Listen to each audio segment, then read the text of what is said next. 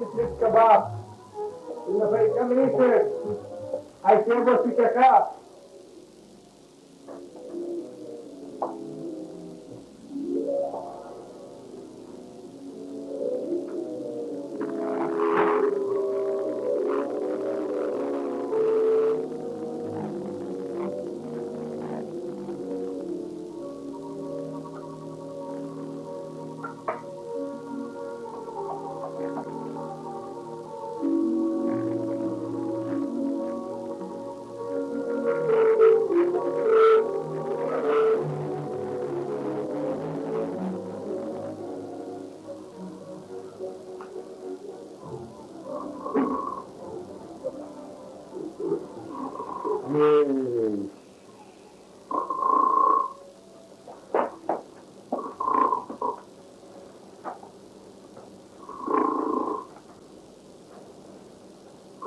هسه كل هسه وجهي هسه بخوا فارم فيني قرنتا فاريكي فيني بقول ما انت في الجان والله خومتي شاختي خي سيدي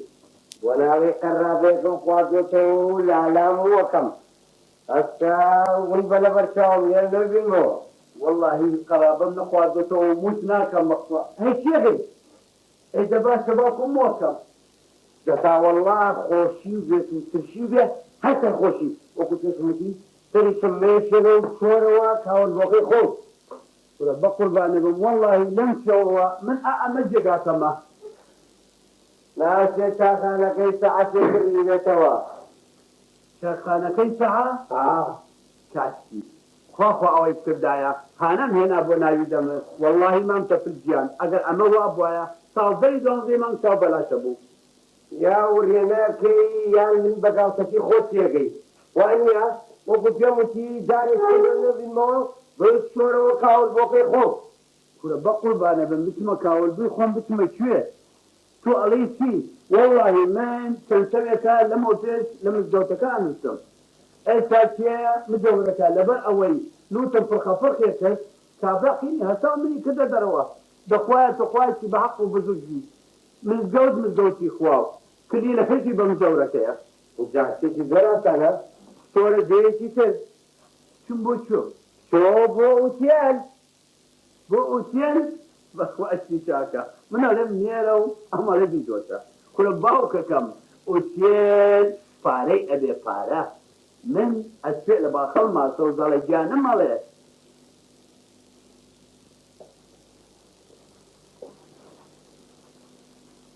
نفس الدعوة دو أولي من دي بناتي شكيتو فارا فاقي وقلت لهم تي تري سميت ينو لكوري سمبر ونو بجديلو تورو كاول بوكي خو إيش كويس والله لباتي إيش هذا إيش كم بلا مسمي شو ركم شو كما تإيش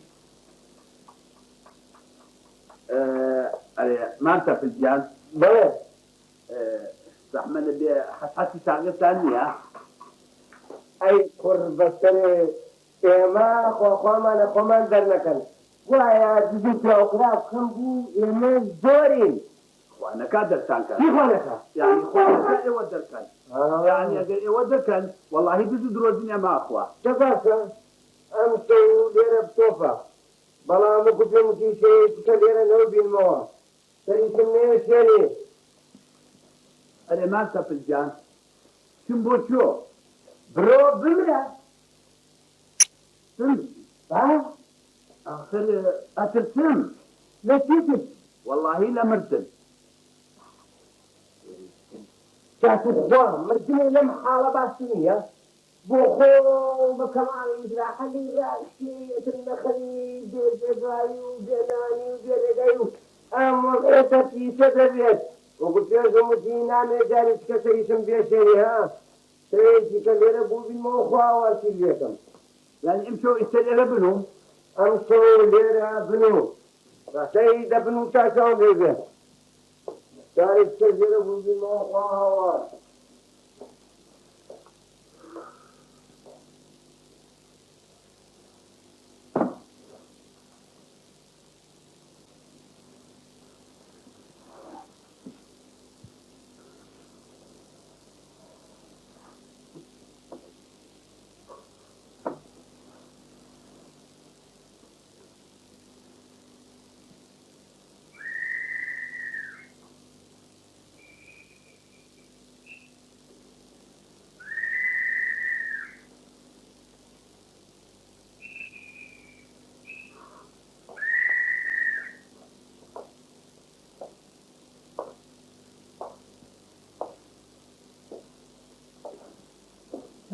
بلا قربان وليرين بلا والله توني ساكي بس ما تكون قربان أي توتوني أخوالي باشكو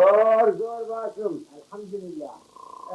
خويك الرياوة لا والله الحمد لله دنيا زور بركمالة للزور باش أو تعادل شو قربان أوا تذكري من مزاد خانك بس أي بشي ما يشوف جايين الزور باش أبوي بساعدي ساعاتي خوش بس ما تكون بس ما تكون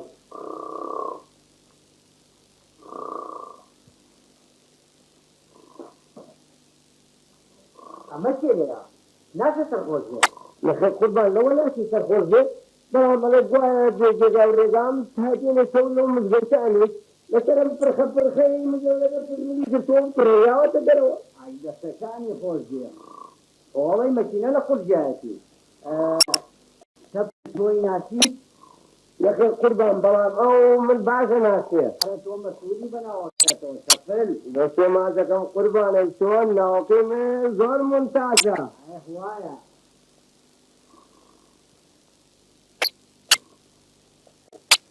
صورة بنا يشيبتين كيفوكو هنا كيفات أنا لبيرو تو دكانك إيه أنزا تو حق النبي بسروا منها مش ترتيبكم تو شيء كلانكم بو بقرا حق النبي بسروا صورة ورا شيء بقينا ما في المسؤولية أنت خنيدي إيه أول تلفزيوني حكاية عن نبي من رزناتا كبير روشين لسر أو صو بيجينا من بوتا بيجينا من بوكات بلام أتسم أنت الخواتي يا كتوة خبري بيكون شخمال يتجا أو آشمكيني خصوص يكار باورنا كم بمزوانا آجبتالي يفتح أنجا توب تو سلي كولانا كم بو بقرا لآخری شا تلفزیونەکە کە فرۆشتمان کلی بۆ تۆ هەستاسی بۆ کاتێ کلی بۆ من و هەستاسی ئەخەمە کاکم مردووە کوڕەکاکی خۆی من هیدا ئەبڵێ بێقەزابی زۆر باشە ئێستا تۆ بچۆ چاوێکم بۆ بکە بە دوو چاوێکی بۆ ئەکەم بەدام هەر جۆرە لە سلکەی پێ یەکێ بوو چاو لە دوورەوە لە یەکێ بوو یەک جار بۆم بکۆ کەو حەق لەوێ بەسەر زۆر چاکە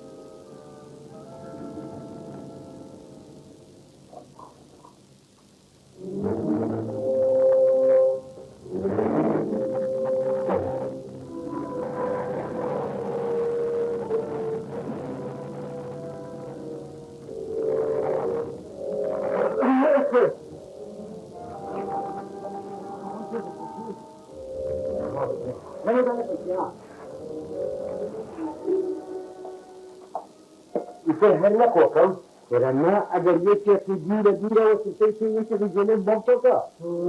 هلا خطة نفسي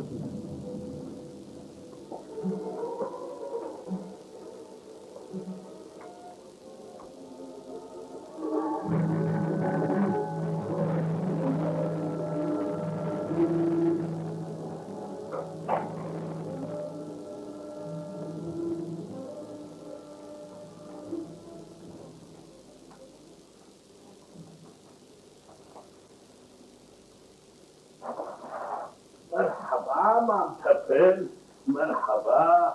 شوني السلام عليكم يا أخوان والله أخوة سلامتك السلام عليكم يا أخوان إيه أخوان بس أخوة سلامتك يا أخوان أشوف ثاني والله جيت وأنا هلك ثلاثة أخوة حبيبي يا أخوان لا بس علمك بس في زيارته جيك وغنكم كدوم سلمان بوا أخوة حبيبي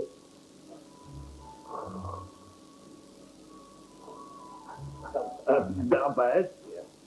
بكم فقير زدرتان بخلنا عليك وتوشيك تمر خانية ده وهذه بابو الشيء نبتل تو أمني سمية تو زكون زكدومي زكون فلان زار قاسم يا أخي ما لي بقول نجيري إلا صو دكتور داون درمان ظريف تريدنا والله الحكم بسكر لله هو كلن ذكر دوا دان بخوتا دان بخوتا بدي أربعة نجيري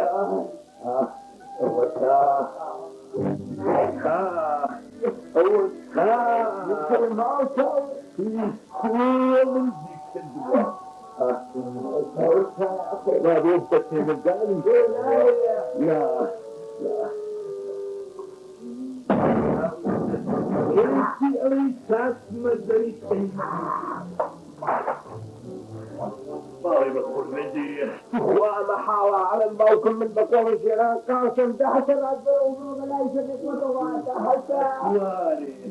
هذا الظلم والله بقول نجيري تحت إفتاء الإمام رحيم بيت بارشاوة جدتو زنواب بيو لقل تواو أعام وسعة بي هزار ويخسم بوريخا لان بريم قرانا بخوابي أقلي رحيمة ميل فيل أو بياوي لي أسرتي ليه ترسم ورا هذا اللي ترسم من حقا ثبت السنة خواب خير لي يسوى من ببياوي دانانيم أي بقرباني واسي سبم أو بياوي نيا ببيت قوري حسحسا كان بلان بلنتي لقواحسا بملم لايق يولبو لا والله حقيقي أبو كاكريم لا والله بسويق دانا صالح وما قوس يرسينكم نا بسويق دانا صالح من حسن لولا في السرم أو السجاع يستعام سنسويناية وبروخوا حافيزي بينات في لك الركيكة أنا أخوان سجزية الروبا من لا تستمدتوا جاري جريكم بري ما لبا قرنا جريا الحكم لله فرموا أمس جريك وخوا أغاري بيقول فلاي خوابي ما لبا قرنا جريا مشوالي في تكسيطيبة حواسي باوك من واجب من ترسانا وترسم لك الرحيم وتنجارم بيوتي أو بياون يلي بترسي سوا جنبريا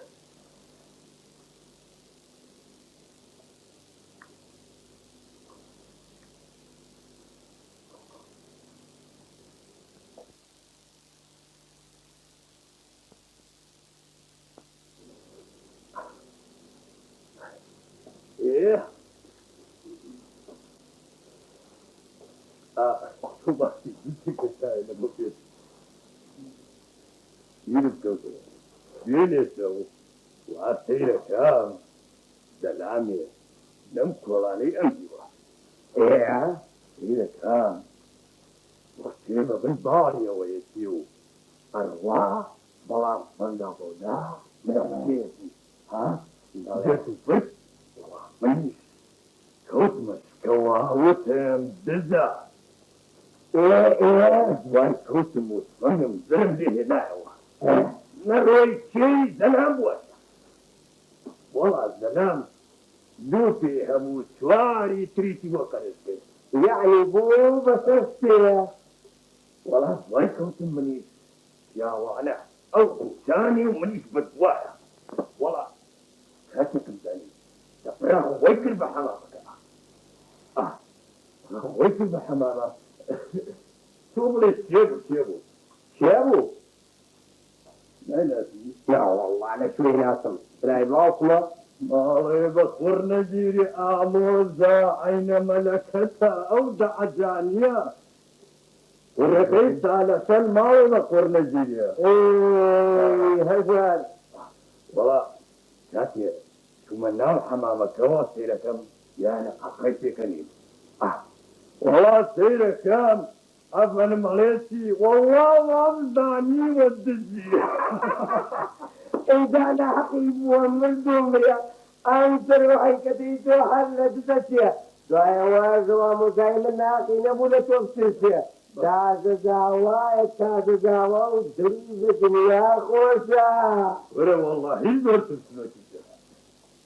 تو كتريب دنيا خوش بوستنسيا تاز زاوا سوق بيمتين جايسان سوا حفيزي فيها يسا شاكا تفل تسل في شاكا خير إن شاء الله مجانا دخوا إيشكم بدلوية باكم يشكر خيري بيودي إن شاء الله برو أخوا حفيزي فيها أري آتول شولا شو؟ آتولي كتير أعطيك كم؟ بلي بس ما زكاة وآخرتي شي مثلي قيل أخوة سلامتك يا أخوة وبغضي مرحمتي فرموها بحرمتها عشان بالله سلامتي يا أخوة آخرتي في شاك بعيار عشان بالله أخوة سلامتك إذا شاك تفل إيه. من أمناسيت حج خدماتي تكر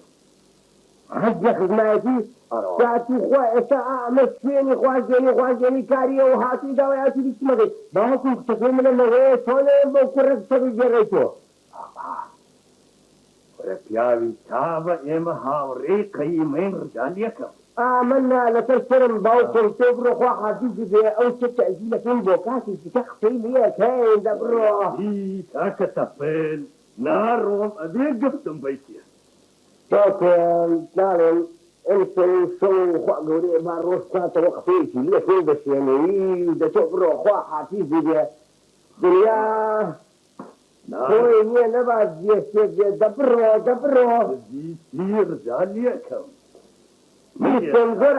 زر عزاي همو قركا كذا الجنابتي ليك كذا بيها لازم يدخوا حافظ جدا قفتم تفل جان قفتم اليوم الحكم لله باكم كر ديب وقت كديب وكر مبارك يجي وحافظ بيها تبين ادتكم اسكن لا استغفر الله ده حافظ لا لا بس هذه تدخوا حافظ بيها ايش لو نبي كاكا تفل لا من كذبت كمالي تسمى نابو بس اخي حافظ هاي طبيعي وبراستا كاتب يعني سواد لك خدمة سناكم حافظ بيها مبارك بيها أخوة ممنون يا والله وضع شيء يوم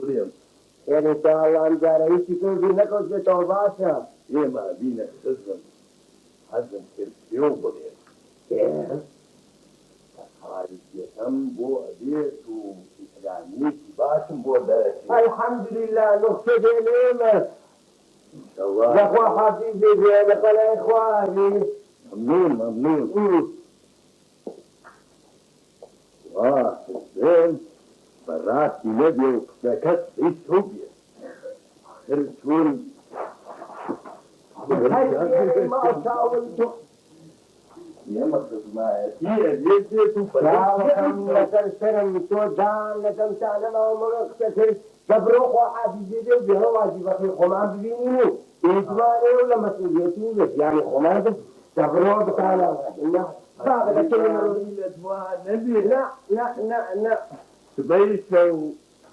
أمير الجماعات بخير بين سرشاو دفع حافظي وحافظ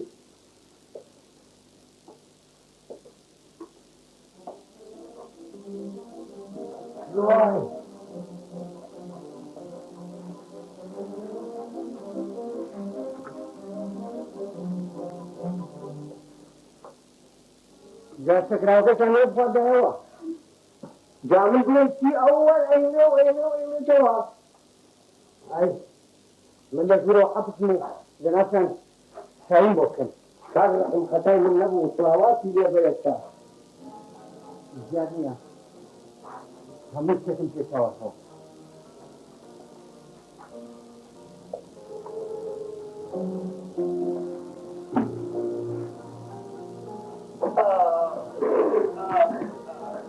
تجمالك يا خليتي يا مسوي.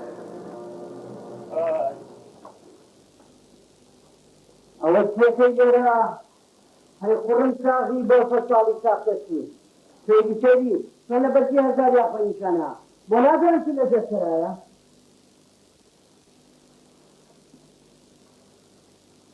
قوربان کڵاس کڵاس بۆ ناوەی بۆ دزی خۆم مەوازاوە بە ناوی هەزاریەوە هەزار دزی جەبێ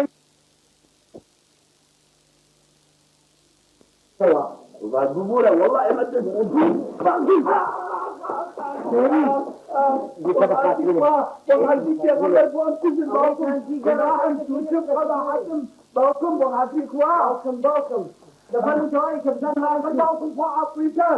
كرة أولى تسكير جنوب واحد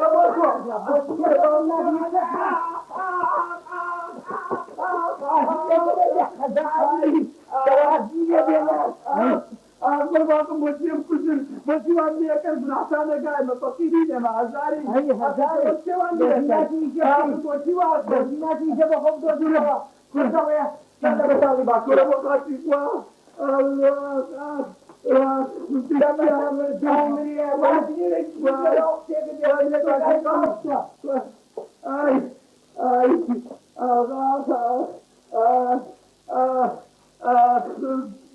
هاي جلواتني نكاي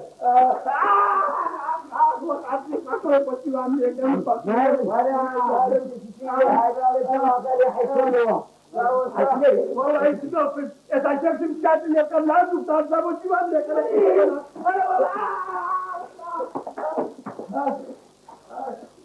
يا خزعة يا اخوة هذه لي زاني لك يا ابوي ما زان روي وين بشكا ولا لقى معلومة لا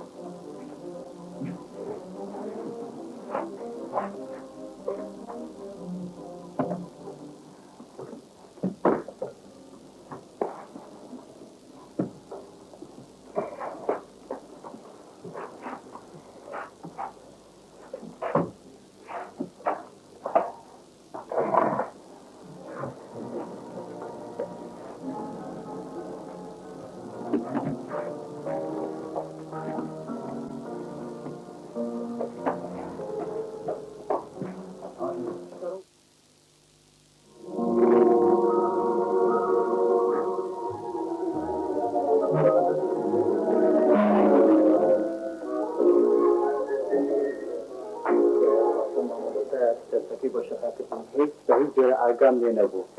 وەڵا وەشم لای خۆم نەبوو هەروەشم لای یاد بوو كورة من بو ناوي مزوم مري بشرم غوش وغوش ما دلتانه بو کەواتە هەردووکان بۆ یەکەوتی يك بارتي تەماشاکە اي بقربان اخوي حاول لوكا اي بساقي اخوي مزوم مري بشرب شمال رأي الله هنا لسليمة هندية ابوبا صغري لسليمة هندية ألم بانتين ومكتب كري عاصمان طولي باتين ودفر ما لسيتو بڕۆ بینی چی ناتیوە مەگەڵەتیم بۆ سینەما بۆ خۆمان كرة بابتي منو تو مكتب كذا مرحبا بابرو المزوم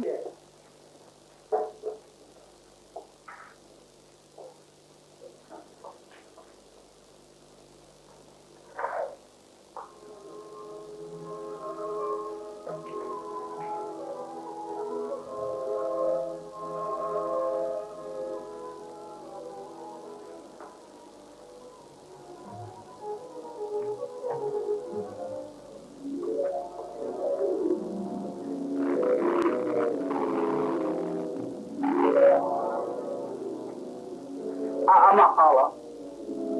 آخر خلقنا من شو كذبوا بوتي وين كذب وناحم شيا تنها من هجاركم فقير بيجك وبيرك لترك كل شيء أو شاخانة كوتبهم كاتكم زاني لاني وشوا أقام لمحمي بيزاوان هي يا كتب رانما يا رب العالمين شوم كذا وشي ببينم يا شكا أنا بدو سلمى وساوى لو توشيك إلى لا تقصد شيء قلت والله إذا لك وصوم فقيرا وتنات ولتي كل بعضكم من تزنيم وخاتي في غمر من تزنيم وتنات وحنزي كل بعضكم بقرعان فقيرا هل أولا لدم هذا لا يقسم بشق وبس قال لا ببوك أمشي والك الدم أوقاتي أوالك الدم بشق آخر بوك ترى أم حالته ودوز لما رشتم بتمشكاتكم شواني وشوا لبردني درجاتي فلسطينكا وسام فوليسا وشوشي وتقول بان كجرا وبقاتي خواتي شكاتكم وتدع برا لا بداني سجاري اللي جاي كان منيه بعني روش بويس كات من شو ما بدي درجاي فلسطينكا خلصوا تام سوقات قدي ورجال قدي وليها روش والشراعات والروي او نمزاني ودور ذا بدم خاوه وبدم خوه يولي وخوم ليه وكوت وشالوا مكرايه ثم شام كل أواخر كويس جوا شو فلسطينكا وتم كاكا يسب شم كاكا وتساتي كي وتم الله جاء نوم بفلسطينكم وتراوت كاكا إذا بساعات هاي ساعات سنيو ساعات سنيو هل فرتيم ولا خلقي شو مجهوله لبدر جاء تاكلت راوتابو وتم كاكا عطوش كاكا متي إيرانيا وجوره شو مبوا وجوره وكان إيرانيا أو جوره كه شو موجوده كا وتيجي اسمع كاكا فيا وتيلا ترى بيعقم شو ما تروا وتيجي وتسكاتك وتيجي خواروا وتم أحمالي وران كابلاكم دي هذا تم بقول بانا بارتا وبخاطر إخوة هاتوسكاتكم ده عاصح لفه سكاتكم إيش تقوم يترفني ولا تاول خو بحاصل لخو برسكات منيش وتم أيلي شلون وتوتان السبانة كعادة كان أنا هو يتخواروا مثل ما بدني في كان ضاع وسام وتم زان بشو يتخواروا هلا قلت في كان يصير كوتم خاتك مزاني شتوريك هات خواروا إذا شقي أولا برياتي لفروت مرة قربانة وقومي سرفني لشوية وتي منهم قومي سرفني شو قومي سرفني على جو أو نمت يقعد عن الخازي اليوم وتي سكات شيء وتم والله سكات ذكر ما متفريك هي ولا قال ما ملاقينك أمشوا حرس اللو بتخاني ساعة سير أنت الله معجزة أنه بخاطر إخوة 5 سنة وتي حيز بابا ذات فتح إخوة توبيتوا لبل أمد دايرة مني هذا سقط يلام أحمالي ورانم خوايا إذا من دين فسق أنت الله نسام كابلاي كذلك أنت الله قوم برم وتمنع أو أشاكا ودور اللي بمبرم شو مالي على ياغا ودور درويش شو مالي على ياغا شو برتني مالي على ياغا لذا كم كذا كانت تدور جليتي وتمخاقب عن أغاني مالا ويا وتبوتي تبمن بلا شو ملا بتونا على إيش كمان بخويتي وتيني ورويا توا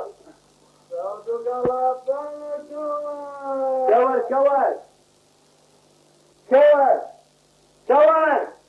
يا ابو اورا خاله جا ولا كوار كدان لازم جوانا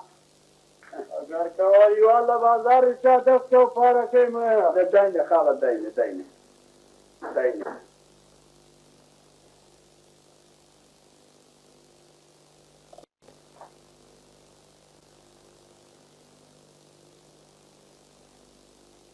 يورد الله لا تبقوا لا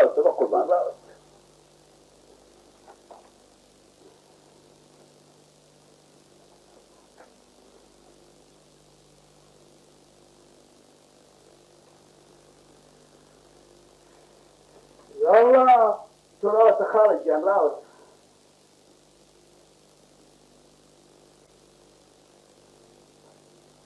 خارج انا وشون يفرشي يا قتادي خسارة ما لنا أسري جدي دفلسة والله ببورة خارج جندري ناين يفاركم فين فلسمتيه إيه ضاسة تشيكك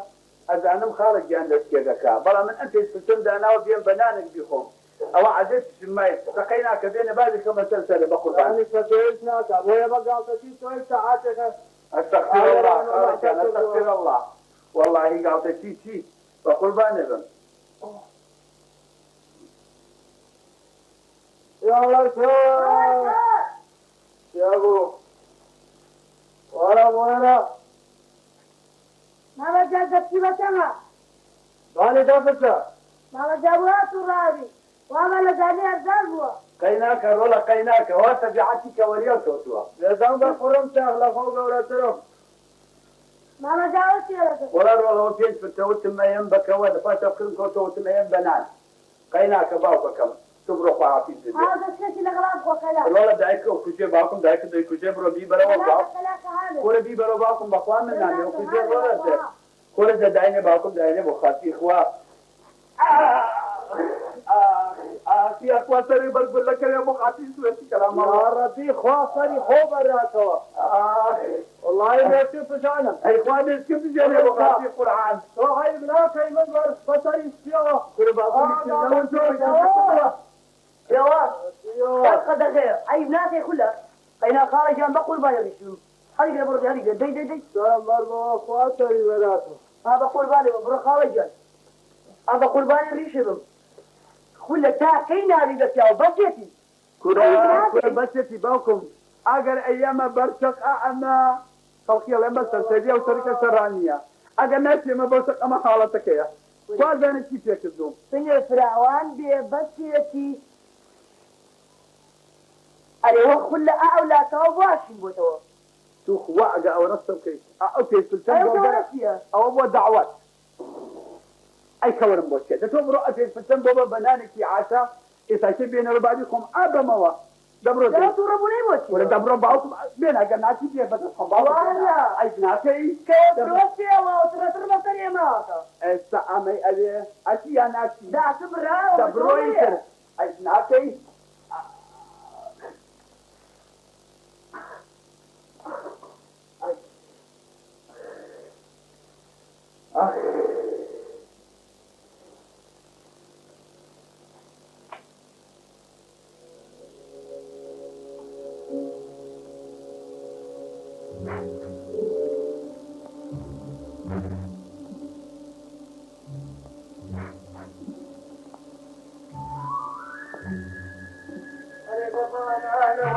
جانا وبانا نوا أنا برسي يا صدى جانا دفارانا وأنا تمام خاو نانا كشي ساردا بس تعرف بريئة تطلع بنانيا كلو برنانا واخاني يا زنو بياو يا كلاوة هرب برنا كذا وقت بدوشي هذا ترضم بدي دسم أبدو تطورن بردي بمشاقيتي على بختك بسري خلا براسم بريئة أتافتك لقطم جاي فتكا باي فتكا أجريمة أنا ناشف الفتكا لا بسري تونا يا رب ورقتي شاشة عشان بلاد فكر واضح هي أفرم كل تمشى هاتي زادتي سكانة يا رب كل ذي هو بس كذا نتيجة شيء خلا الضرار سيوم فتكر أنا الناس كل ما بعد بس تعرف من هاجس نوا سيريكا خلا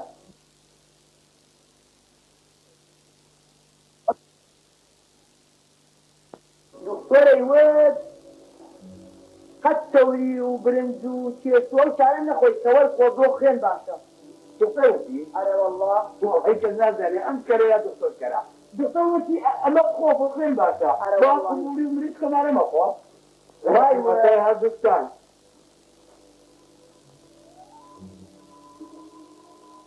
أي ما يخوي سهلة أول كده ما تقول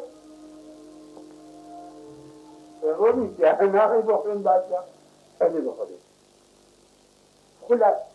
إذا كان بلا أولى سهل وشين بتوه وجالس يسوق أقرأ ونقطة ده بيان بدنا نقول تجارة يوم اللي أخوانكم بدل يسوون كذا أقول لك جوابي لا فاهمين كان لازم كان بوان لك في مسافة بس تركتوا قوة بيلا بيقول لكن لكن بقول بس عرفت يا قمر هل من طلب باشا شنو بابا تسوى ها جينا الدنيا بدوا قراهم بس رفي يا قمر في عاي تم دا عاي قوان جاري الدنيا قرام بدوتا كل جانب ولا شوفي شوف قوام بدلنا قراري أنا بقابي باقي في السلام وتبدوتا من شو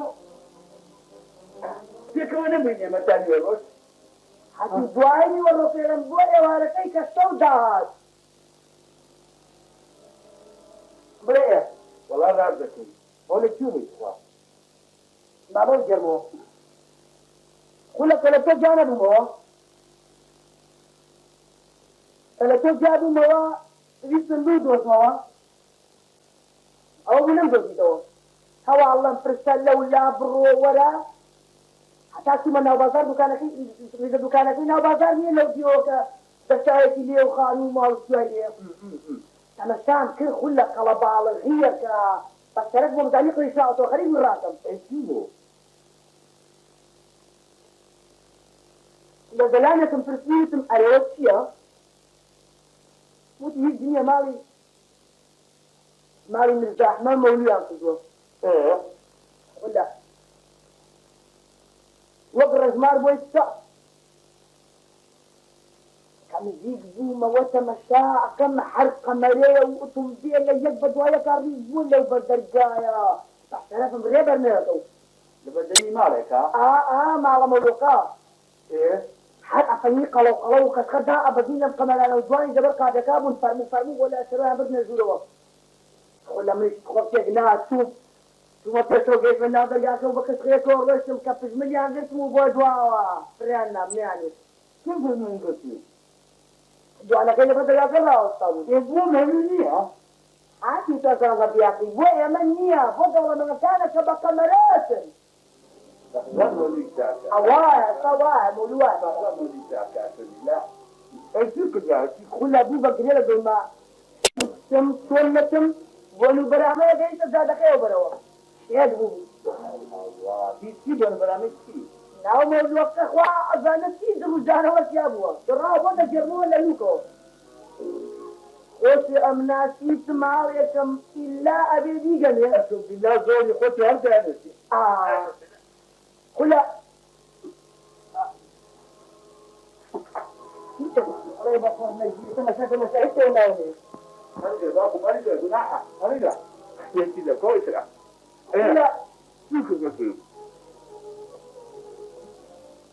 تەمەشام کرد قەمەرەکان ڕێزوچمە پشت قەمەرێکەوە فری لێ بکەمەوە چۆن دەکەم دوایی ئەمەگەم نەزانی دەلەمەکان لەبەر قاتێکا بوون لەیان نەمان ڕۆیشتن خولە نیزیوە خۆم مادا بوو چۆن بچم و چۆن دەچمە ژوورەوانە کاتێکم زانی قەمەرەیەکی کەسە لەلاوە هاوەستا سوال ئەفەنی قەڵەو قەڵەوی تیا بوو یەکسەر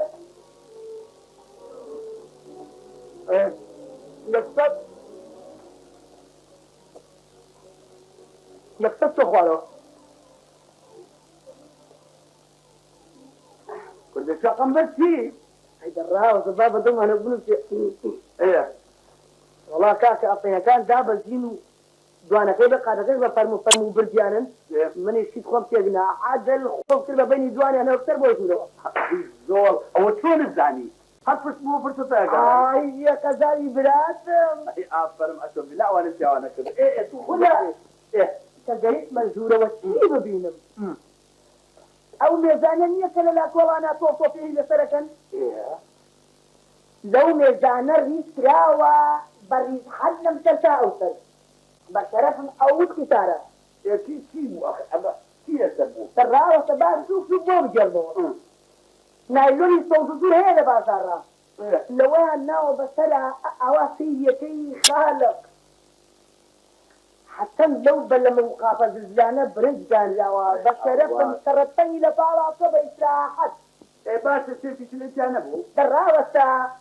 أما نريد كراب وبرنسا أو سر والله بقبري باكم أود بفر باريو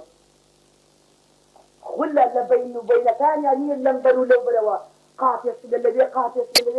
الذي ريزوا حتى في الوقت يا بشرف موجود أركب شيء لا شوفي سر الناس يعني مخلة جان هل أمانان خوزبوتات وفي سوالي أوان طبعا أو عالما هل خليشي خوادن بلو ورده بخوا خيراني وبلن لفانا كان من هذا دمو سيدا لو برو الرعاشي تو كردن بسيال لو برو بويت شامي نام كردن بقوا بارغي وأواس وظلم كردن ليه دخلة دلك بخوادن بسام أي أفضل والله بقوا خوادامو كريم وأزاني بودم زاني هارسيت تسكا وتسكا والله يقول عقلي بتاعتي إيه لا هو خلا ئەوە جارێ باسی گۆشتی سوورەوەکرا و برژاوەستانە بۆ حساب ناکەم کە لەم بەرەوبەری نێزەکە نیە ئاوا ئەو ڕانە مریشکانەیەکی ئاوا کەوتووەیەکی لەو ئاوا کەوتووە کاکە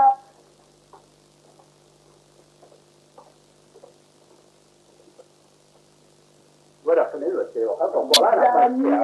كولانا فقط جابه كنت ايش نقول جابه كولانا عزي خواه مشكار كم جرد ما نشوف دعوه أمرنا مريشكانا سور كراوة وفاق كوتوا لا حول ولا قوة إلا بالله العلي العظيم كل إذا بنت يمكن أنت الدعوة رانا مريش قنيها إيه بس رجل يا غمار إيه بس بيري كرامة شاسات وسودو قبالة من الميكاو ريما ولا عائلة صفنة تابو الجانية شو كذا هو دراوة تدخل كرب خوادنو زورم خواد وخوادمو بلا خوات كل اللي قراغي من زكاة لبري أمبري لبري أمبري فاكت الجلال هي كراوة أنواع وأشكال شيء وأرستان لو عينا وزارني لبريانا كان بوني الوزارية درني كبال لزبني فخواس مو فيش وفاكت تكفت رابو زوري تابو أوكي كتوتية ملياها تلامو جاري كلك ندرنا وكردم بابا خلما مش الرجوع الثانية فكير للرجاء اسم كيشا كمال بقول جينا بخاطي سورنتي كان عمله بخوته انزانية بس ما كنت انا باكم خاطر مية جاي لداري شقات انا كان دقيناك فرمو شو انا دقيناك دقيقة فرمو ده اول شيء كريته كلها دست بدير كيشان خرجوكا برزبوه ما فرت حارة ايه حرتوش ملبير وكلها جازالا بقول لك شوي خلك من النبير ايه ما شو كرجم تركني في غمار كل طريق وتوما كلها بس في غمد روزني دروكي ده قاعد شو كده فرمدي اذا ما شفت زان شو كده ورا زان هذا شكل كثير من الاخوان لولا واني اشتيتي كدان رابو شلبو بكوتب اخوات عينا محل وابو او كريت كيف تخافينا محل دي بومنا يا ابو قويه سدي كورا اذان محل دي بومنا برام وكو محل دي وابو ام كل الرنقين زلزل او زلزل فيه عاشو زنجفيلة كده كيسة ومتعومرية اي سيا جزرة فرمودي جزري زلزل جزرة ده ناوي يكون جزر يارك وانا باخواني والليزاني جوهري كي منرن بكوتقا يا اخوان مضمى حدا بيوابو بلام نازل ناشي خوش يابو يتر النهاية كيرم خواردم خلاص باقي خوارد حكيم وتبتل لك انتو خواردم خلاص ما قرآن سلم وضمى حدا بيه مال بقول جيل ابو خاتي سويت كما ولا قال نبي حالة اما تأمركم كلهم هم اللي جوت ينكتوها تقول جنبوتها ده فرمو ده استاذ برسيمة استاذ انا والله ده اول شو كريته صبري ايه دعي وتم خلي نتبدل شوي ايه اول بيني بنزل في كذوة كيف خلت هنا دعي يا اخواتنا كتوم دونا بخوا دونا الأوقات التي جابوا لنا تجارة ثانية فانتان ضرب دونا أنا مداخل التي تشفعت ما تصدق ايه بخوا دوينا تقريبا وبلني أبو برنس بلام لك كان كلهم كنت سرنا أنا كان ايه اللي كلمته وتم توعدنا قوتي زكي بس هي بلاتي ما سيتواسي مش ملوه ثاني هنا لأن المكان ناوش لا ايه هاي تجوان بكلها رأينا كيف إذا قبل التقييم أما تشيريته أما ريتي إذا تقول الدنيا لباسي أنت أنا خسرها بخيال هاي الدراوة تقول لي الموضوع من لو على مخوها والصعب دي بالمدينة يا جاي دمنا لم تقول أنا ما لقيت عندي سؤالي لا إنزانية شليت تبصرا فاصلة لو تبصريا بوس تبصريا دي كتابة بلا وشيا تخوانا زاني بوشيا أنا زان وشيا ما شرف بوتو مينا عقل دي دوم وتدري خامري وما صابته مينا دي دراسة بزانا سيدة بسرها تعال غنو سيدي ليه بسر هذا؟ دراسة ممكن ليه فرض زام سيدي بسر هذا؟ كلام تساوى تساوى كلك يسامى أنا ليش أنا حسن يموتوا إيه شرف الناس وزن شكرا موتوا لا يودا هاتم لي جيرا وبكسي سراتوتم حكي تشيرت وبوشي بدل مسامها شو اوديو حق ومبدا كده حسب يكون كده لم تيجوا مني انا تعملوا الذين هذا كيف جناب لم صوتنا تابويتو لم تابويتو كلم حارة تابوي باب لا تبغى جارته أبا تنها فانوس في كبر كيف كان فينا كان وتعمتك لبدكاني يعشيك وتابو هي تجاري جوان وأوس شوري كتير وتبادل في كتير أخوانا البدي متومري باشا توقعنا هنا تجاري أنا فينا خويا أي باري فقولها والله أقرأت ده بقى بتيجي لأخو مرة كيف كان ولا بيبيك الرحمن لكيني بشرفهم تلي جريه آخر تواوا تاولي فرنجمن عارفة البور كم تقولوا بدي كنا أخوي هنا تواوا يجرموا أنا كم كري لكي كم حال أو خد داعي تبتاع وتاني دم لك كي تبغى شيء بابا وشيء بيخم بخراي بيخم حتى أنتم بدني كباب خانية لبدني كباب خانية كابلي كباب شيء كاكا بدوربو هل أو أنا أوري جاوي يا كم يتجمع ولا جوروا كم كرتن كم نفرن أمثانية كر دكان شو بعثمانه يقول تدوك يكلا بوبو بس تو عبا شو ما فيش ولا قال أول تنابه دكان كيو مجيب أواني عثمان أوي بدل لقى خوي مشاكل تغير بينا هو تعود أبدو مريء إيه دي تاني من نايش لقى دكان كان سكر بخوات يعني إساشي على شيء توجد كبار في وقت ها أمريكا كده كل من علم دكان كان مجيوا كبابي شيء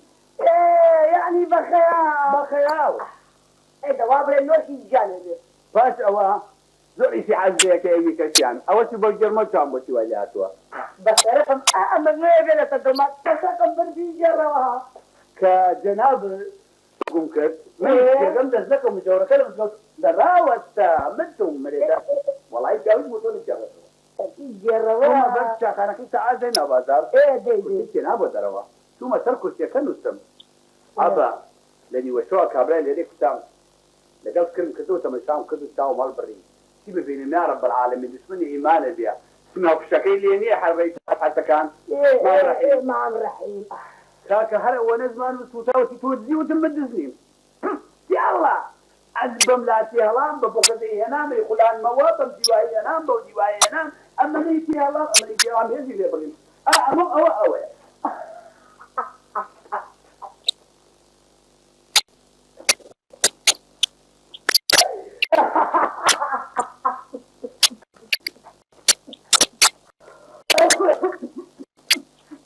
أنا دوّرت وبدأنا بتيجي يا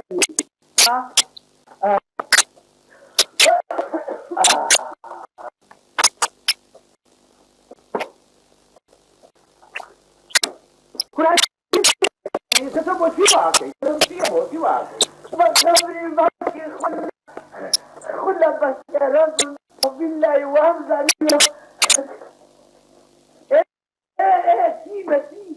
وهمزة بتبوريني تردوها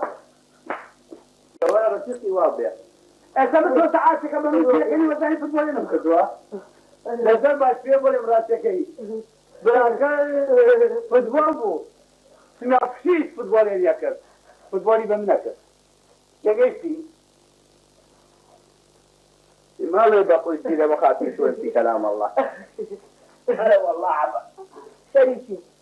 شريكي للشيعة بلا عليك يا مجيكا ورا شريكي نور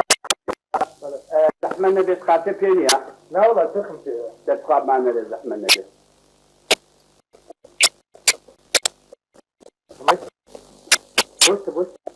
بوست من ذيك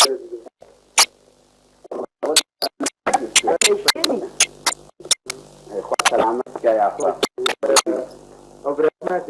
ولا والله اي شيء بلا تودي تسمنا لا تشيسم اخوان سلامتك يا اخوان جانا دينا بوسك أين صبينا كي أنت عادتين فعفيزي يا قربان حسيزي يا أخوة أنا أقرب بريد بدي من الليلة بلا وخارج قنيريا أو أنا كدور كانية يا قرابي لا بدك أنا كمل عادة هو كويس قال يا إخوان شيء أيدي الجريناري تجيب أمريكي تجيبه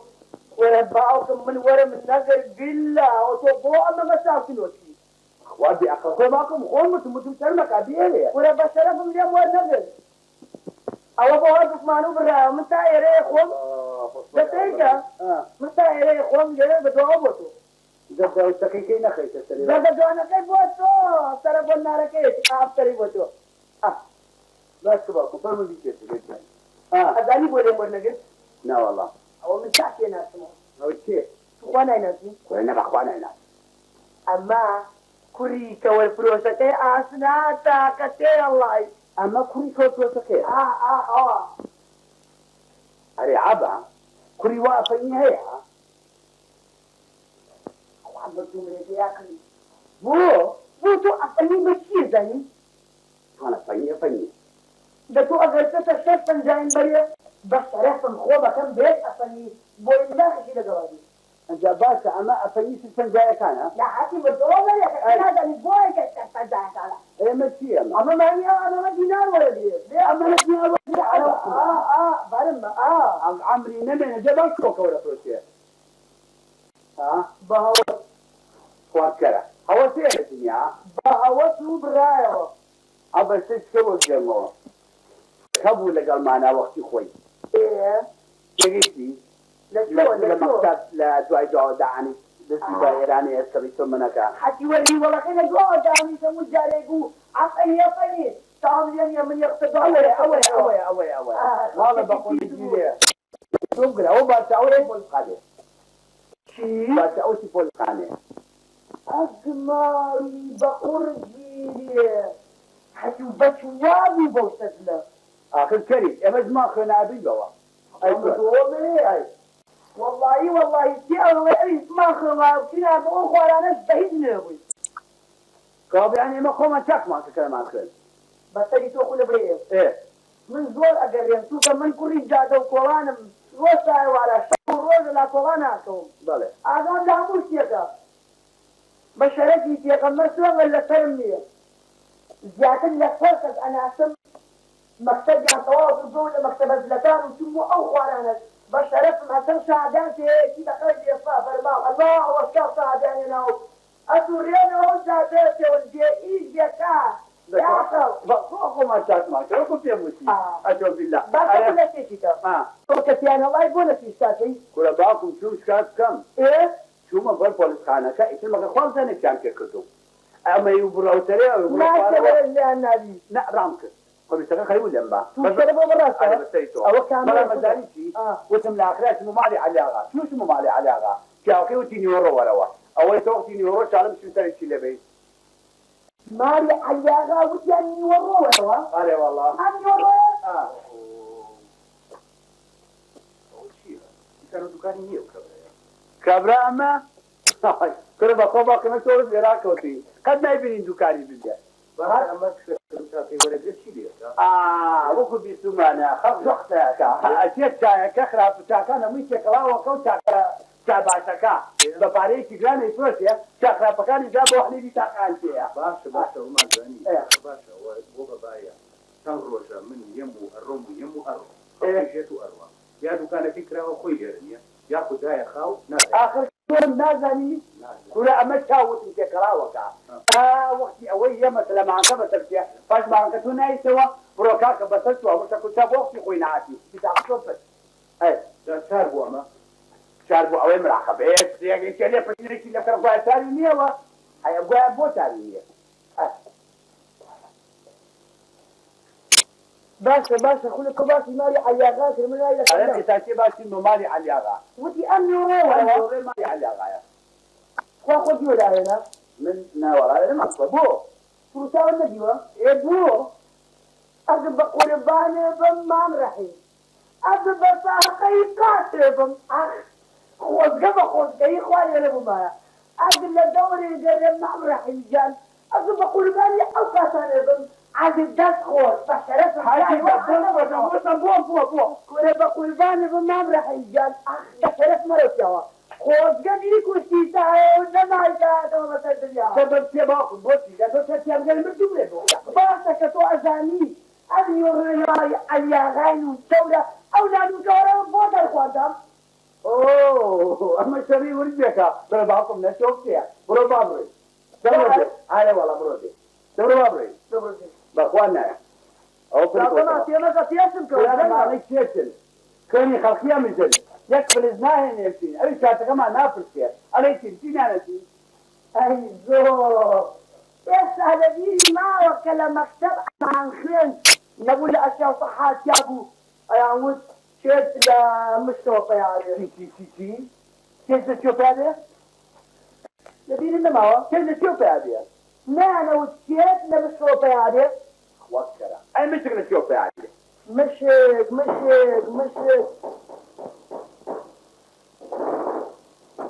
مشک مشک لە بەراز پەیاێ واجبە ئەی بەراز لە چی پێدێ بەراز هەر خۆی هەیە لە ئەسڵام نزوم ڕێکێشی کۆدرێنە یەڵە چیمە مالەگا چی دەبڕۆ با بڕێ وای پەشیمان نەبیتەوە پەشیمان نابڕۆ با بڕێ با بڕۆ لێرەوە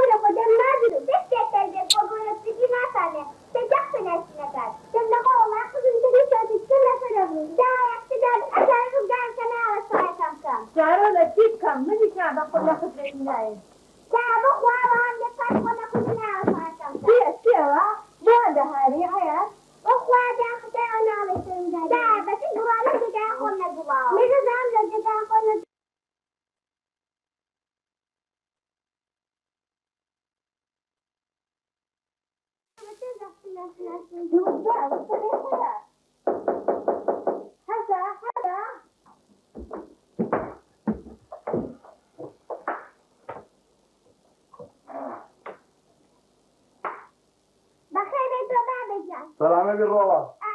شعبة شاني ديناري كي من ذاك يا مهتي ومتي وطاوة تقلن فلك السنة شغمات لنا شو الجن شاني واجب لنا والله ودى سجنة فاهمة جنالك زي باقي شيء مبينه برنسي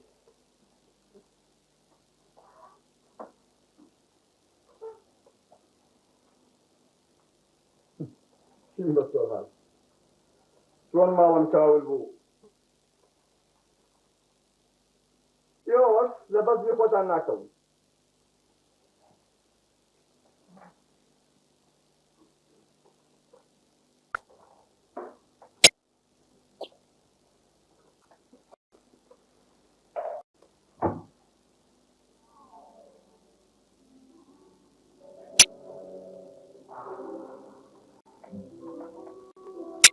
أريني قاعد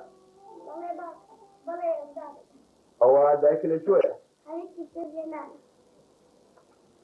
دباب خوا ودرجة من سنجا أنت وكارك درنا كادرك أول بس وشي قطع مختار تكلماتي بكوجم أذا من تقول لنا ليه ممشيك ما بيكاول بيه صح هاتي قصة قصة ليش أنا بابا بوب سيليك ما والله أقول سيليك وبكرة كوريا كلمة كرمة بانكا كم كلمة مرزو ولا من ذا كريم أو ديوان دارا دارا أنا ساتبا دارا مذكرة ما قلتيها والله بوهيك وسيمة بو بنا أشكري إخوانا بالجنابة توان إيش كوا في الرافرين صاحب كوا في الرافرين نايزاني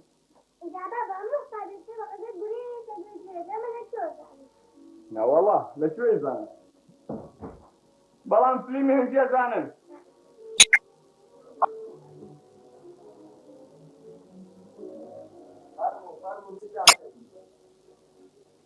فرمو متابع روح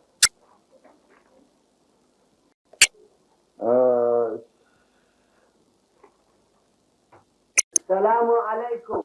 عليك السلام مرزا. فرمون دانسا فرمون يروا فرمون سيرة دانسا ليرانا. سلام بي يا اخوة قيناك اشكر شاكي يا اخوة. سلام بي يا اخوة. بخير بمين ذاكري؟ هاي سلام بي كسم شاكي. أكيد من أمام نقول مكة من دار الرملي. والله اغا جان في مدرانا مالا ويا غام ايشي تيتي كذي في العقاني كذا تيتي. بخير نيجور يا غمد يا أخوة بخير من ذاكري. وعافوك يا يا اخوة. أخوة بخير بي. اغا تيريسي بم عزيتنا ياكل. هاكم خريب وبرم بو بازارنا بكم. جايشي دارا لباني وشوب وتحجي.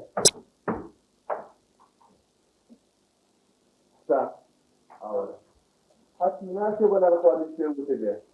لا يكون سوني ودوايم كي ويكون دارا لمالا ويا غام ايشي تيتي. رنغاتك السنان. بس علاج بكم كلام بلا بتوام دي ولا بتوام. يا أخوة بخير بي من ذاكري. سلام بي يا اخوة. بخير بي يا أخوة. سلامتك. على مزا كريم. بلى أوا داراي كل لما أبو. ايدي قزادي اغا امام اوي دروجي ابي توبو او فارغ وجه بجكردي ايشكي إيشي شي. اين زاني و لكل انا جاري ولله انا مكاني زور تابو.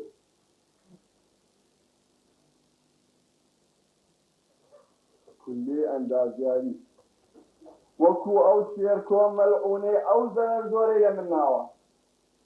ها قربان جان ايشي خذي هبو. والله مزا كريم.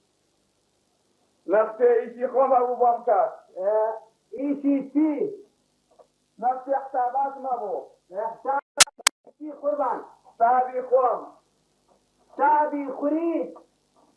مزا كريم حسابي خوم حسابي زيوزار. بلى تبقى اسم زي تي مزا كريم جواب بقرا. بلى بالزوانم زيم لو قرأت سالسين كوتبو. هر زوانمي بفاضة دينار. بلى كاتي من تو مستري كبراري زور بسرابو. وهل ناقريك من يعمليني همودة شانجة سايو. قربان آغا شاهي وكو جناب وروب كاتا هرشينيك كي صاحب مالا. مرحمة مزا كريم. سلام بي. انت مزا كريم. بلى باش جملة بقرا. خريجي جبجة كردني يتكبهم لدائرة طافو كاتكم زاني والثانية. هلبتا آغا غلط وشتيوات يا أبوه. بقذاب مزا كريم غلطي تي توماس أما أندازيارتي تازة درسو شو تسري. ايه شو تسر مديري تافو. مالكا والبيحصى مزا كريم شو تسر زيكا وتيتي بوكار سنين باسا. إذا قزابي آغا فكارجيتي من تويتي بو خانة أولية كارجيتي من تو معناها مزا كريم كارجيتي من تويتي كارجي سنين. ايه يا خوابيكن يا أخوة لاليشي علي آغا والله اجا دارا بوسيبو. مزا كريم بله دارام بو أوائي بزانم سنم زرر كردوا چونك أو زيانم دانابو وصالكيكا هر متري 15 دينار بو كردم. بله جابي قزابي مزا كريم لا تتيقى مالكا ولا بيع. شلون متري كان متري 100 دينار. بله جاتو او داراي بوسي قربان تو بقوم بله هر إحسان قوم بحسابكم دوني سن متريا بوطن من كريم فرمو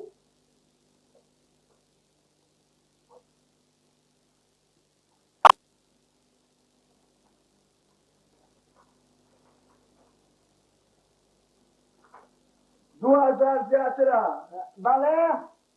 2000 جاترا. 2000 زيادة بیست دوانم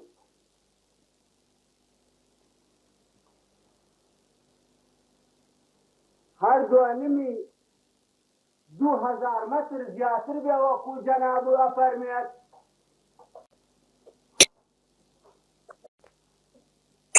هەر مەتری بە 15 دینار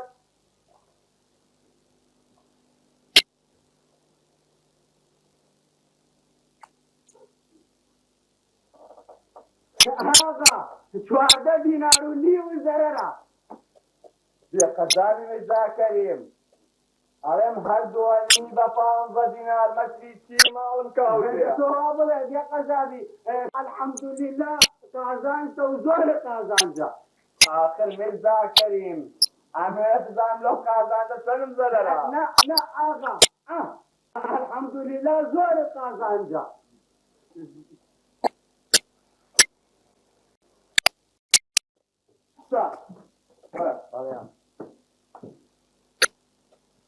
هاتي يومين يشتفي وكذا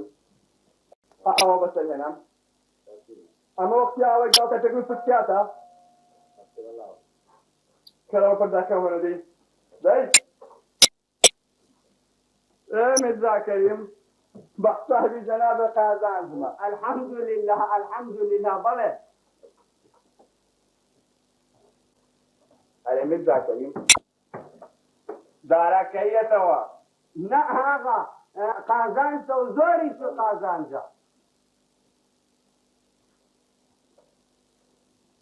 فرمو مرزا كريم سلامو بيفنا قومو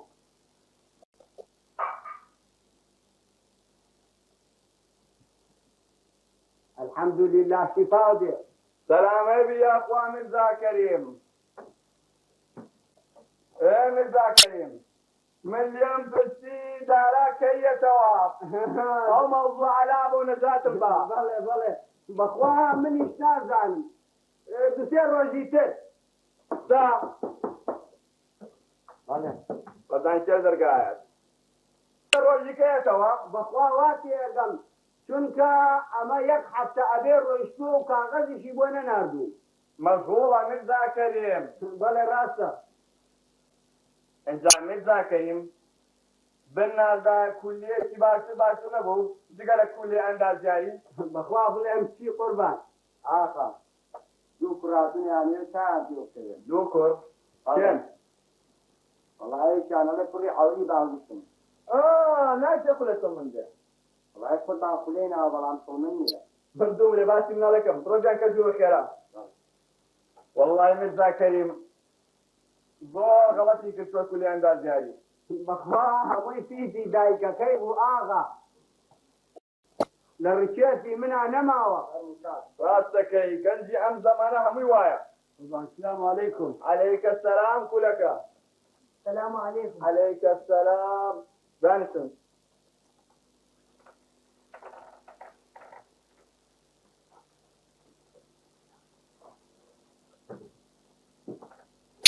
بخير بين تسليماتك معك. بخير بين سلامات يا أخوي. ساعة أشوف ساعة ولا مردو مريا زانم جگرت و مذاکرین نه دیگه از جگری بریا جگر ما بخوله خلامه چه لگاله بانو او ابي هاوري محل بن علي شاورن بوا واه كيف فيها هاتوا أي بوابات امر ديز يراو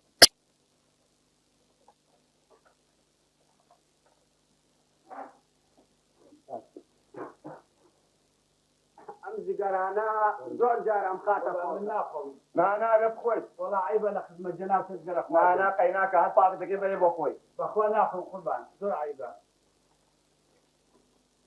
مرزا كريم وتفيك وكم بخوا جاجار فيك وكم مرزا كريم جگری چاکا دی خو بله زور لزلك باسترا ايه مرزا كريم بخص صحابي تو قازان جوارتم كذو كلا تبدلك ابو كردم الحمد لله الحمد لله آغا الحمد لله. الحمد لله. مرزا كريم میرزا کەریم پورە پاتمن دیە هاتەوە بەڵێ پورە پاتمن دی لە ڕێهاتەوە بۆ ماڵێ ڕۆڵە حسا تۆ نایناسی ئاخۆ چێتر بۆ هەتی و بزانە دەستاوەڵایی ئاغا پورە پاتم لە هەدووری 1000 مەترۆ ببینمەیناتەوە بە کۆمەکەیە ئەویشی ئیرادەی خوایە هەتی وەڵی پوشکە بەستنەی ئاغا گیان من لە خزمە مەرەخەسە بم نابێ میرزاکەی نابێ ئێستا نان ئاماداکەن چۆنە بڕێ پیرێژدەکە هاتوۆتەوە ئێستا شتێکم بۆ هەڵە زێرێ بەخوانانی دانی چافە چۆنە بێت بەخوا ئەبێ لە خزمەتی مەرەخەس ببم کەیفی خۆش کەیفی خوا هاتی سەلامە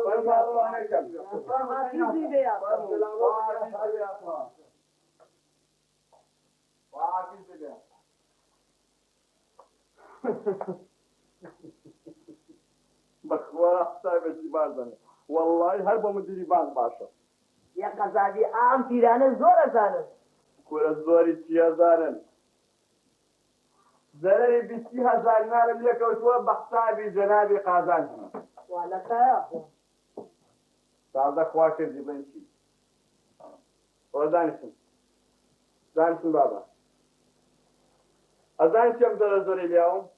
بابەتان باسکەم چێ زۆری لیاوم قوربان چێ دەریداری ئەمە شێر کۆنافەنیەکەیە کە بە نان و کەوە گەورە بووە ئێستا لە من بۆتە دڕکی مەموزیم تەگەرەی خستۆتە هیچەکەمەوانێ ئەوەی بەسەری ناوم کە بەسەری هێناوم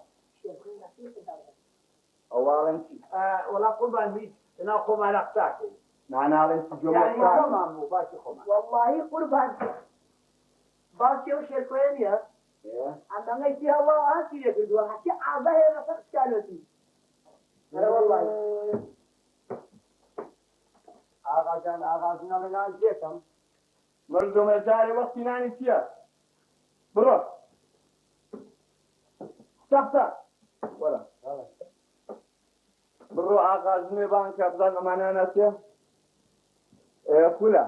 ناچێم چاوەش ئەوای لێکردنی وەڵا قوربانە ئەوای لێ نەکردو بەخوا خۆڵ ناگرێت والله با بەسەق بپڕانە بزان سپەک با بێ لەسەری هەڵایە قوربانە ئەوە ڕیتی چیە و وەڕێکی پێ چاوی دەریە پرسپێتەوەکی بەخێر هاتن یاخوا دەستی مان دەکەم ئاغا گوڵە با ئەمانانەتی ناوەڵە نانە ورعمە خولەیە خولە هەم خولە خولێ عولی بانگۆش ئۆ دەستم بچێ بۆ داکرد خۆتان خۆش بن ئاغا بۆ دێداوە چییە خۆتان خۆنیان خۆتان ئاغا بۆ دێیان بۆ یاکە ئەمە هاتی خۆڵایە خۆڵا لە خوشتی بچکۆڵی لەگەڵ نگاری سیری خواردیە ئاوەغەردە نگارە خوشک و بران دەبانی کە نگارە بە بانکە نیگار لای ناچێتەوە نیگار نیگار دووەرە ئەمە براسە براس خۆڵایە وشتا جانکە گوناها جان کاتم منە سەنا کە وەختی من نەغەفی کە وەختی من ئاڵوی من ئەدی کەس بێزنی لە تەمەشاکە خولەکە بەڵە قوربان ڕۆڵە ئیستا ئەو لا چاوەش ئەوای لێکرد نەوەڵا قوربانە ئەوای لێ نەکرد ئەی چێوای لێکرد ئەومان ڕەحیمێکی ڕێکی حەسەکانەیە پێ بکێت چاکێ ناسن ئەوە تووشم کاتم کردو لە ئاخرەتم کردم ولا علیاغا حەقم سێنێ بەیانی هاتم وتیان جرا بنیۆڕۆ لە ماڵەوەی ئەوەی ئەوە هاتی لێمە قوربان ئەبێ سمیاڵی بۆ بکەم ئۆی ئاغا بەخوا دەبی تۆڵی لێ بکەیەوە لێو فڵی چۆن تۆڵی ناکەمە بچێ یۆکنەوە دویشم هەیە دەی بۆ ئەو دیو خولە بۆم جەڕە چۆن وای لێکردی چێ فەرمی قوربان ئەو ئەم سمیاڵ قسە چۆن وای لێکردی ناوتەوان و کاتی وای لێکردی مدت لەمە پێشتر لە مزگەوتە نووسبوو ئیتر جەورەکە نازانم چی بوو دەری کردم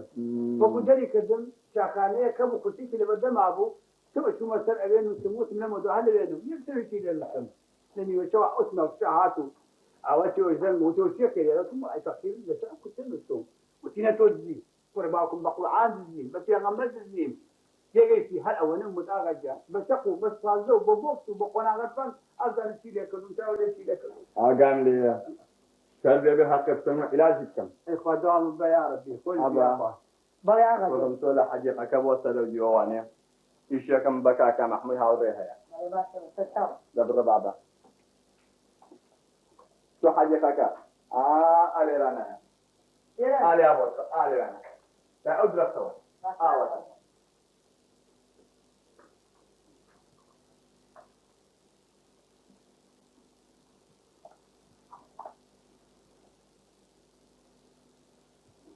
ولك بلا قربان ولا يروا ولا أنا أختي كبر بلا سلام جواب قرا بلا لا مولاي تلا ما مخو بلا باصا بلا قربان أوا قاتل جلي جواني شيبو كم بلا قربان باشا خدام بيا ربي خا سلامت موش ما انتي ما قوال لقى ما نخوي اي خا أول لقى تشاتيك ولا جير خانة كانون بلا باشا خدام بيا ربي يا خجان خذ بيا اخوة ضمان تيكي شو أيامي سلامت بيا اخا بلام خولا بلا يششي أبي إيش يكمل بوكي قربان هاتشي فرمي بسر شاف كلك بلا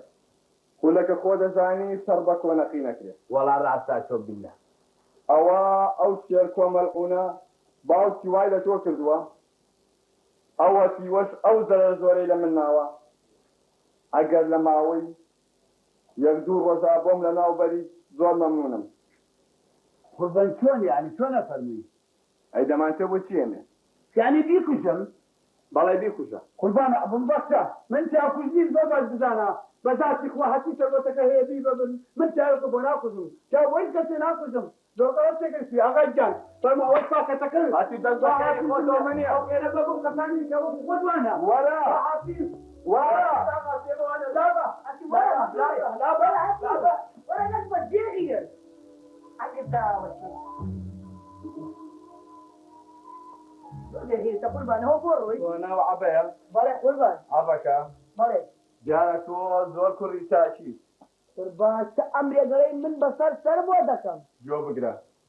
او هتي وادتي بخير خوي وانا كلوري سلامك هي دليك زوري اليوم اقل لما ويا دور رجا بوم كوشي اوا شي علي بودك ديكو جم يكوشا اول زمان بقرا وي آغا جنب بصر سر بشرف مناهم آي خواته دانش تلعب على امامي خبر اولادي اي افرم سانسا والله كور هاتوي بشرف من الأول هي خمق النبيتو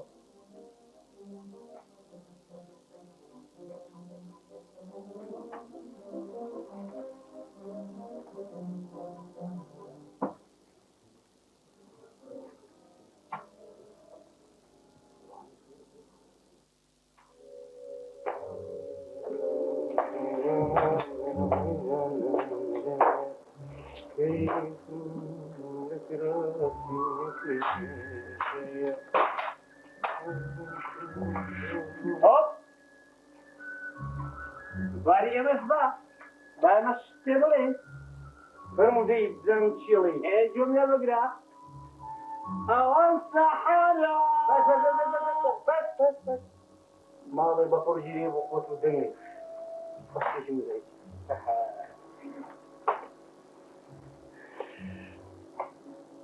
بطاش بكا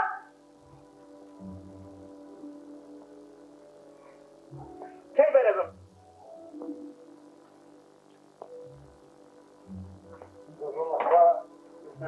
الله هالبلبم بسريتو هالبلبم هالحق اشتركت شفتي برنامجي والله كوري حزكم برنامجي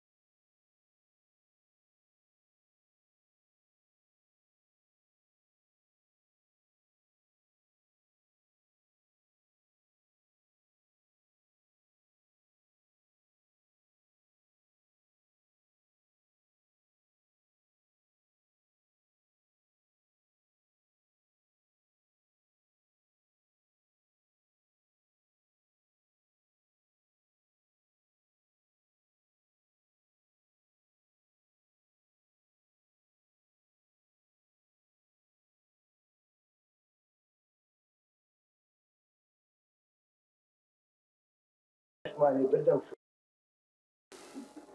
دقيقة مباراه أشجرم فيني صوش تاني يا والله بەسەرنجاتی بکەم پاساوچێرە چێشم قەدەغێ کوڕم قەدەغێ پاشاش حەزی لێکەمە کوڕم بانۆرەکەت تەواو بێ بێ دەڵم قەدەغێ باشتاش دەبا جگەرێ بچێشێ خۆ جگەرێکی ژار بە من تاقی نییە جگەرە بێبیتێ وامش لە بەجماوە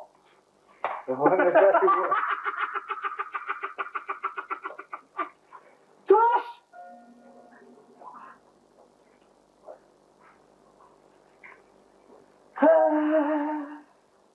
باشتاش تۆ ناناسی سوقرا ئەدیسۆن ئەمە ناناسی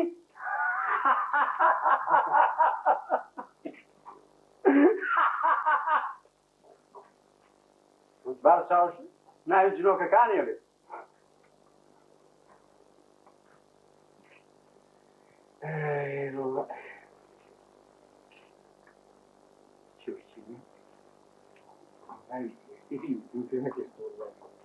بارچاوش ناوی جلۆکەکانی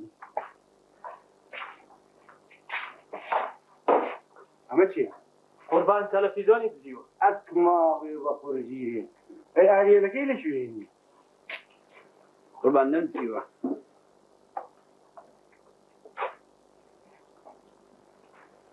هەمچیەکەوە هیچ نەکەوتە گەرەفی کڕەوە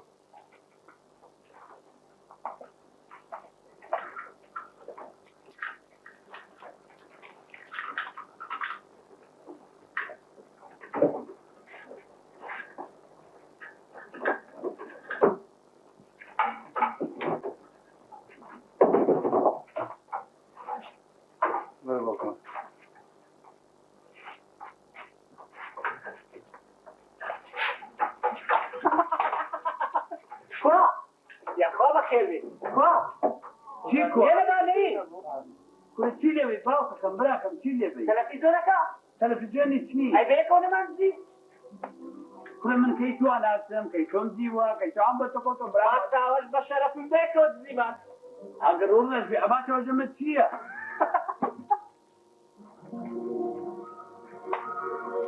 دانێ دانێ وا باوکم چی لێبێ بە قوربانم لە کۆڵم بەرەوە نەجعلم لە کۆڵم بەرەوە نەجعلم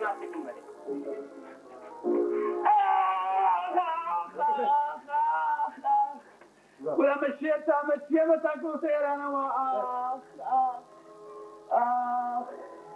فبمن ندرو مشيا مكوادني كوشني بەتەنیا مێشمانی بێتە بوجوانش باشازی بسینۆ نەبا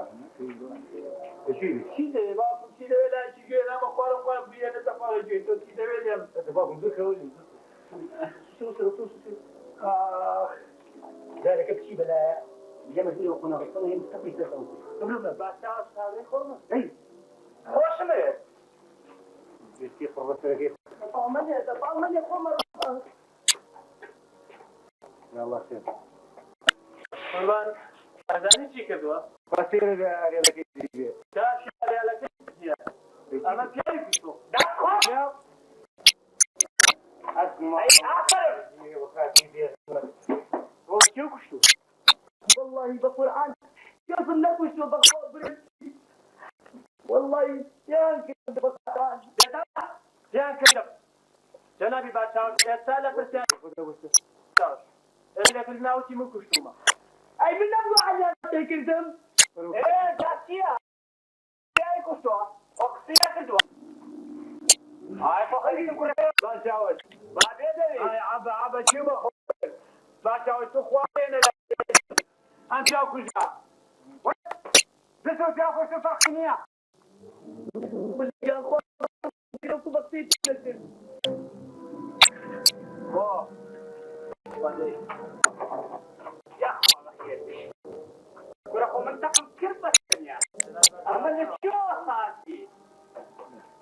والله وبالله بصير لك القهوة اسبوع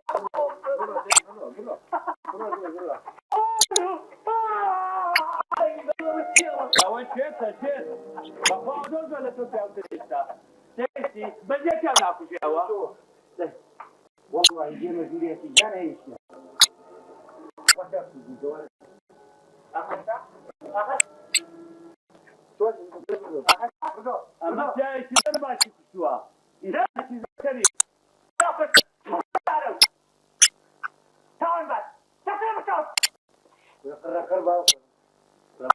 بچاو اما چیه والله دوره ابو مضبوط فوزوي جدا قادم باشا مالك وحومه وضرر يمشون هيا شنو يعني يمكن يقول جدار هايدي كل قربان التاكيل يا ربي كله هذا خير عبا سوى غشات جيران راسك برمتي والله امشي جيره ما فهم مزوج شكل نازان كيا قرني هو سلام الله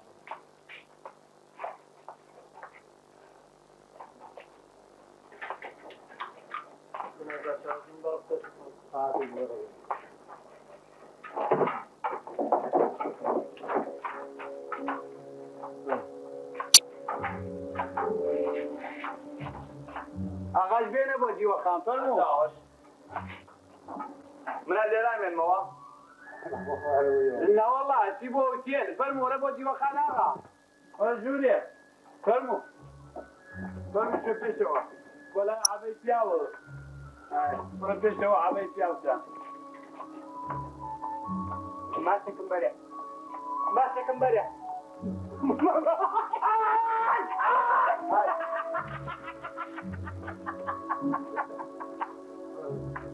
هم لكم كده والله كان تعطيك عملت لي كذا هذا جلدان عملت لي كذا معي عملت شيء كلها والله يا واغا زولة في عصرو باشترا بس جاء في أمنا أخوجي السلام عليكم أول شيء أنا كل شيء وشي كله السلام عليكم وعليكم السلام استاذ دقيقة جناب مديري توي فاهم شو اسوى أنا كل شيء من كاك ولا والله من كاك من بس ياكل هذا دول ياخذ منه أنا توي هو شيمة ما يبقى نجري لك كيف بتوع تاجر أنا أفهم كلنا وشيء زي بفر مدير بو مش دانتي مش دانا بري مش دي شيء تو مش دانا كم بري هذا تبي مرجع ده مش دي شيء برماني بون بوريسيا كم ودرتوا كل باكم بشيء فروت لكاني شو بوينا وايد زي ما سريته والله يتبدا من حاصل التقارير مكان ده تو شو بقرا مش ديش كاش والله بقوام مش دانا نيتناي والله هي قلبن ببوليس معاك شوي بيسري ما مش انا كداني الله اي والله تلفزيونك كان دوزيو شو هو تلفزيونك لكن جانا كان يخون زمانه كيف جانا كرام استدل اي جانا بقربان مشل بعمنا بالجنيب اجى من بحبس من ددر بين عندي نازل شديوي نورنا زين شد جوتي الرحيم اصلا افتكرت اي سمي عرفت اوقات اللي قدموا يصير تلفزيونك اسود جيتا بقربان ابن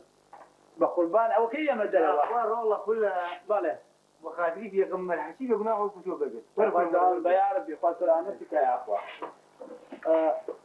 كل زكان جانا داني بوي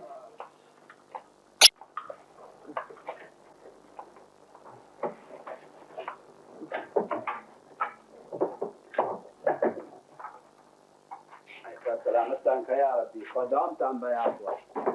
نروي لا والله ابو حسبك انا والله لا كل عاوز مدير بس فرمان يا هو زكان يبون هجيبوا لا بدي مو بوينات مو بوينات بتاعه تبع اجا قربان لي بولا بريكان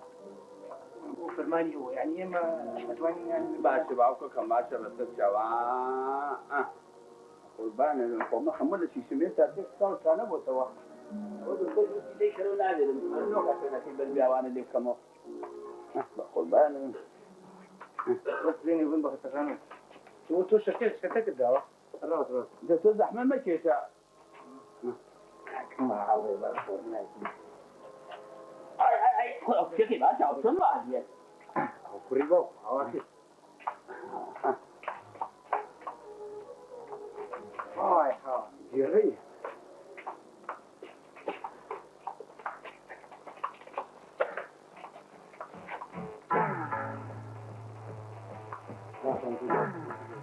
يبقى خون قربا قومي دانم لبريك كروا وقرا والله تبعكم أخو بيني وحسين كروا باوكم كل جواب أنت زعما كم شو بيبغى شنو هذا كيف الجمال والله والله انت طالب بس كيف تبيك ايش يا اخوي تبدأ هنا تذكر قم بالآخر تايتي كم تبع بنطلون هذه بنطلون تاركيك فايز أول سؤال لكن بل بقول ما نمزح شو هيكون بشي وصل لتوه من هذا أنا لكن بنطلون كيف تبيك ما شيء أخوانا ترى او ينيني وكم سوالف منها اول خارج الشغل ايش برينا كش دابو شيء زور باشي اسكا أما أنت سوا زور طاوة ليس يسوى يعني كذا من بلا خالد تكون شيء كم كده في قدامكم كوريا حتى لدى خيبة خيبة وهم يخلقي ديو هذا تسوى دعك أنا مش نمرة شرب لك شيء طبعا والله خرابية السبع باس لدى ولا بس اخوالي انا بريكم لا حاجة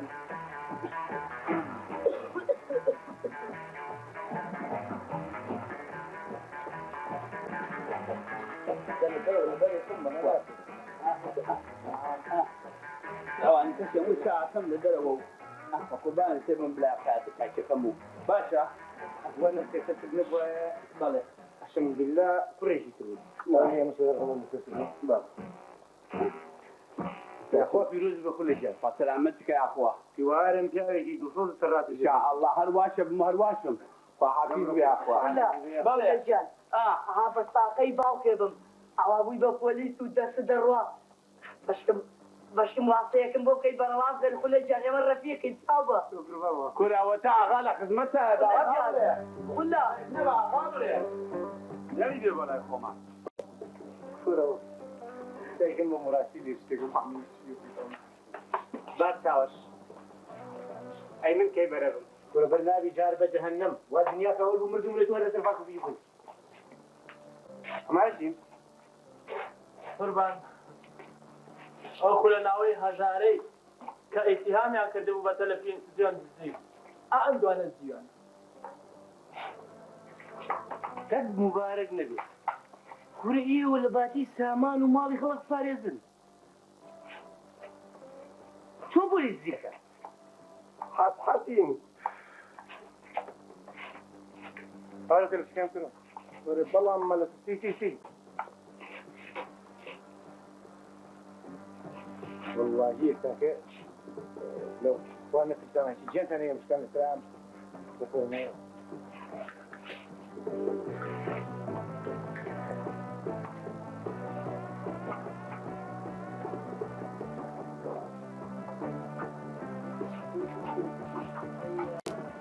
باشا وصفا يا شاب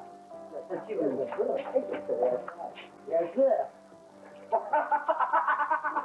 باشا الروضة هي فرانك ها اسمي الفرنسيلكا الاخوان الترساي من يفهم درد بدو هستر خيزاني كنت زرعو دربدي كوال ولا شاري كذا يا خابا خير هو بوش فارك ورق البسكيت اسمي الذهب يا استاذ انا امانه اخذ لي كيف يا شاب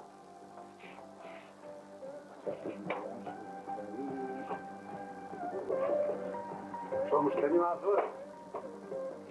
والله كاشر شيء تكبر بس عوش هذا خير درجة أبا جان ولا فاقدك مبين علي بيخو كنتونين خلا جان خلا بساقه وتخوا ولا شوفوا هاي لسلمة كويس هاي شيخ خالد سليمانا سألت شو كاجي السلام كين جواب باش عوش خلا بله والله تو إسلام ما شاء الله بقى فوليس بله. كل كي سوى لك كل شيء كل كل لا مشتى بله والله كل جوانب قلنا لكم تعاون نبوة بمشى كان لكم شتينا كشفا بله بله تو أبي له موضوع فيرمي بله كهات شوكي بله أبي بأصل بأصول عاد تشوفكم بله وياك يعني مثلا شوف كيشة كفيني مثلا يعني بأصول عادي بله بله باش سلام و دعا بله راوته بأصول قربان وعافي راوته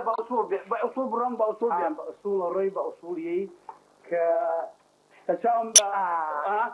بأصول كذا ولا قربان خلا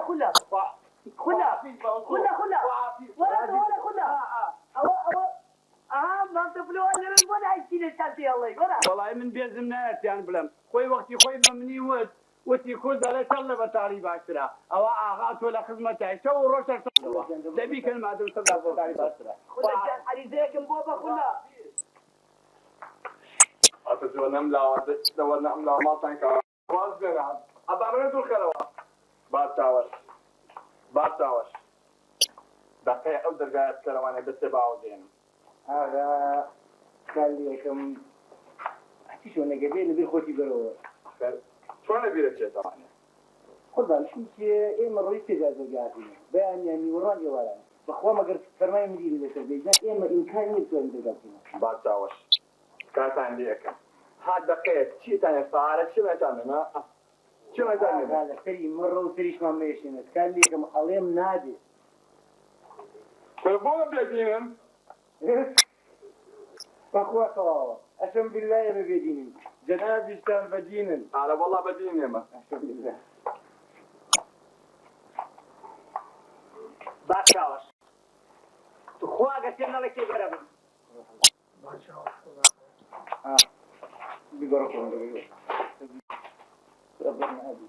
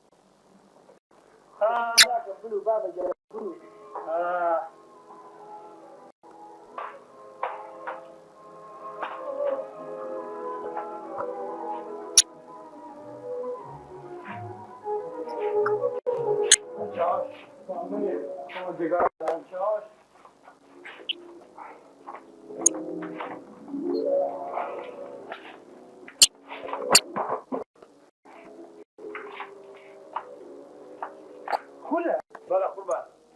ودلو كلهم يا ولا قربان رازبو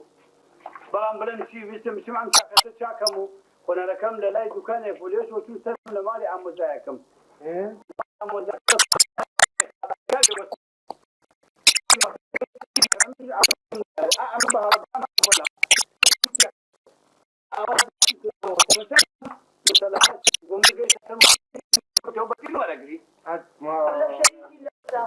كم فانصته والله يوي انا قد مالي عم بقول لي وخاتي بيرغم توشن كل ما عيد نادي قتلت تيجي قربان تشيبكي كارو كاستيكوا خجاري واهيش خمار كاني أبدا قربان عين القاشا نكار ماو نكاسي ماو مجبور القاشا تشيبكي تي زرد لثمانية ثمانية باشاوش إحسانيكا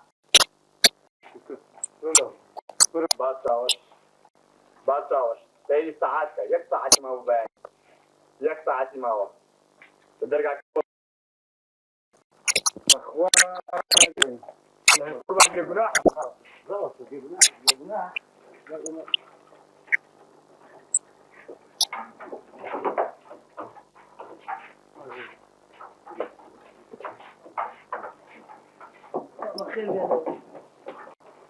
باتاوش